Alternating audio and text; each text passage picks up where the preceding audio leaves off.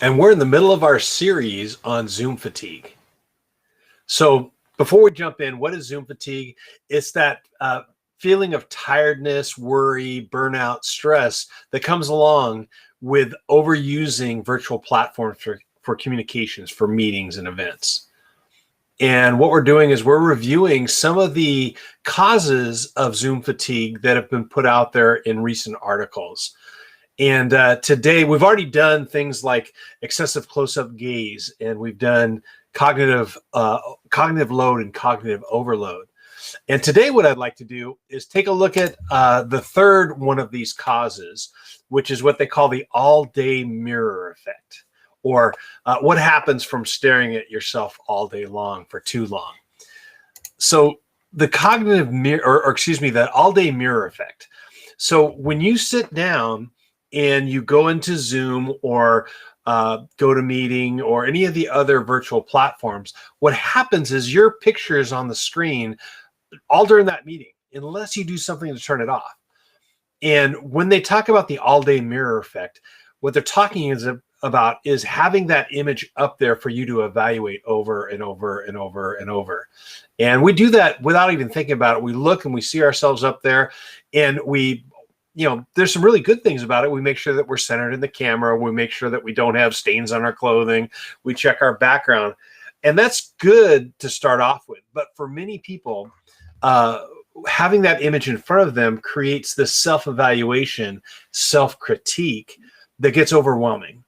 And they get distracted by looking at themselves continuously throughout meetings all day long. So when they talk about the all-day mirror effect, that's what they're talking about. And it's not so bad for many people, but for others, they can't help but looking at themselves when it's up there. So let's take a look at what you can do as a participant.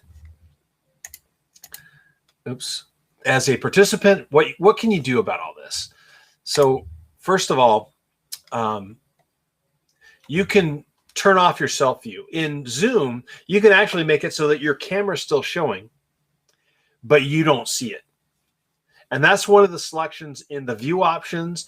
And I believe it's one of the selections, if you click the little three dots at the bottom of your picture, it'll show all the things like that you can do, like rename yourself. You can also turn off your view on the screen. What else you can do? You can, if you don't like looking at yourself, you can have the speaker view on. And one of the things I like about Zoom and other platforms is they give the participant a lot of options for their experience. So you can turn on speaker view and make everybody else really small, including yourself. You can make sure that the view that you have up there does not include your video. The other thing that you can do is at times, because what you're looking for is you want information on how you're coming across. So you can ask people either verbally or you can individually chat. Friends, I usually have what I call meeting buddies that can give me feedback. And I can ask myself, is there anything distracting in my background? Do I have anything on my face? Is that spinach still in my teeth? So you can ask others for that feedback so you don't have to rely on that mirror effect or your image there. What about if you are the presenter? One of the things you can do as a presenter is let people know that if they're getting distracted by their own picture up there, that they can turn that off. Show them how to use the options in the platform that you're using. The other thing is that you can create more engagement and interaction to encourage people to look away from themselves.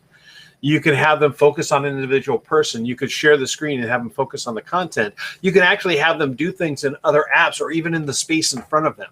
Anything that you can do to engage them doesn't only help with the all-day mirror effect, but it helps with overall engagement, connection, and it makes whatever's happening, whether it's a meeting, a presentation, or an event, it makes it more memorable and more sticky, as we say. You can also create opportunities for participants to communicate and offer feedback to each other about how they're being viewed, how they're coming across visually, but also in all other ways as well. Feedback, they say, is the breakfast of champions. Now, all-day mirror effect is it has a huge impact for some people, but many of us aren't distracted by that picture. I actually, it's funny because I find myself presenting to myself quite a bit. But as soon as I forget or turn off my own picture or move it someplace else, I start to interact with people through the lens. and that helps me fight that Zoom fatigue. So there's many things that you can do as a participant and as a presenter to help people combat Zoom fatigue, such as the all-day mirror effect.